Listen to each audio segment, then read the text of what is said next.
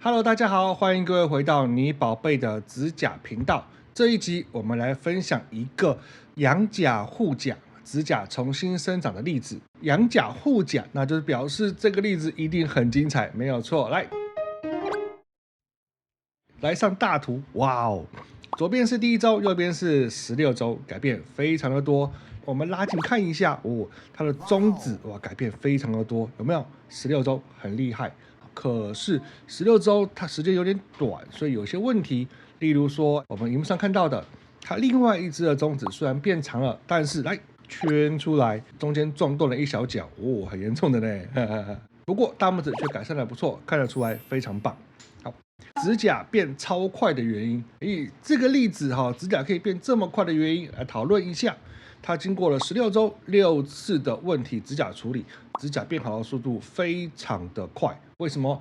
因为他是年轻男生，而且是大一的学生，又热爱运动，所以他的新陈代谢非常的好。新陈代谢好，身体修复就比较快可是矫正超快也有缺点，那就是使用指甲的习惯至少需要3个月的一个调整，是指说指甲长出来之后再加3个月哦。所以像这样子的指甲，它的指甲长太快，其实反而容易不小心撞坏。所以我们人造指甲需要自行修短。看一下荧幕的左边，它的矫正期间指甲长太快，导致于它的指尖断裂。所以呢，在指甲长太快会撞到的时候，就要自己的把指甲修磨修短它。那么如何用磨棒来修磨自己的指甲呢？我们有教学啊。那荧幕的右上方跟下面的说明栏都有连结，往里面点哦。养甲前的指甲状况，既然讲养甲，那当然要看前后的对比，来看一开始的状况。一开始的指甲呢，指甲超短，甲床又外露。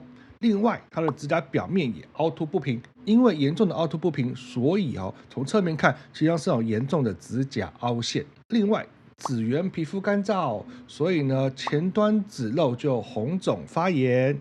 红肿发炎之后，就会产生硬茧跟肉刺厚皮脱皮的现象，这蛮严重的。来，我们来看一下大图，然后把刚刚所有的问题全部一起上去，精彩的呢。那另外呢，它的大拇指也有一模一样的问题，甚至大拇指还比较严重。护甲的计划与方法，这个例子从第1周看到的是这个样子，我们当然要把它变成像16周的这个样子。那如何让它改变的呢？首先，指缘皮肤的健康是关键，所以要把日常保湿好好的认真做。那在人造指甲的部分呢，我们前期是采用水晶指甲去做保护，那中期之后呢，使用凝胶指甲来做调整，并且客户需要定期回来认真的修补人造指甲。水晶指甲保护时期，水晶指甲那个材质是很硬，没有弹性的。可是它的好处是可以贴服指甲下面那个外露的甲床，所以甲床外露的时候呢，初期我们就会使用它去保护你的指甲，赶快长到正常的长度，把外露的甲床给盖起来。可是因为指甲太短外露甲床太多，所以9天就要回来修补一次。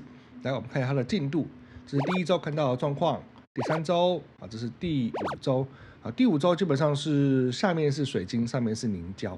好，接下来凝胶指甲调整的时期，凝胶的材质是比较多样的，所以呢，它很适合保护指甲长期的生长，并且在更后续的时候呢，调整指甲生长的形状跟方向。那甲床正常之后，中后期我们都会采用矫正型的凝胶来做处理。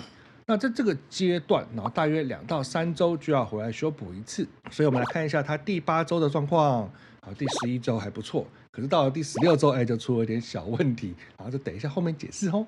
养甲护甲前后对比，既然讲到养甲跟护甲，当然要看前后对比。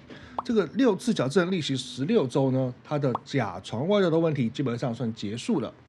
然后指甲长度呢也明显的变长，指缘的硬茧后茧也减少很多，皮肤状况也明显的变好。来看一下大拇指的对比，看到指甲变长，甲床恢复，硬茧减少，厚皮消失，指缘变好，非常好棒棒。另外，一般4个手指头也有一样进步的状况，非常好。but 就是这个 but 啦。我们来看一下16周矫正的问题。基本上16周这么短的时间，只能够让甲床正常而已。因为指甲变长之后，你的习惯还需要改变，也就是只说需要3个月以上的适应时期。指甲长出来之后还需要3个月的适用时期。那如果说指甲像16周还是太短的时间，那这时候很容易不小心把指尖撞坏，而且这个时候指甲的形状也还没有完全正常。来看一下左图，中指就有一只撞坏了，撞得蛮严重的，留得太长，形状不好，而且习惯也还没改变。另外呢，它的其他指也有甲型不够好的问题。来上大图，我们把它可以改变的部分一次上来，有好多都还可以再更精进一点。所以呢，我们讨论到这边的时候，总是会提醒所有的客户们，矫正时期至少需要半年，矫正至少需要半年。比较严重的客户或者是破坏比较大的客户，更有可能会到1年甚至2年呢。老板娘你好。你好，老板娘你好，来，请帮我念这个 title 来。问你指甲矫正计划。麦克风在这里啊。我们是透过矫正型的那个人造指甲，让客户准时修补保护你的指甲，并且做好日常的保养，包含了指缘油跟万物膏，适量涂抹1天10次，历经这样子一个努力才能让你的指甲越变越好。那么今天的分享就到这边，如果有任何问题想问我们，想跟我们讨论的，那么都在下面留言哦。拜拜。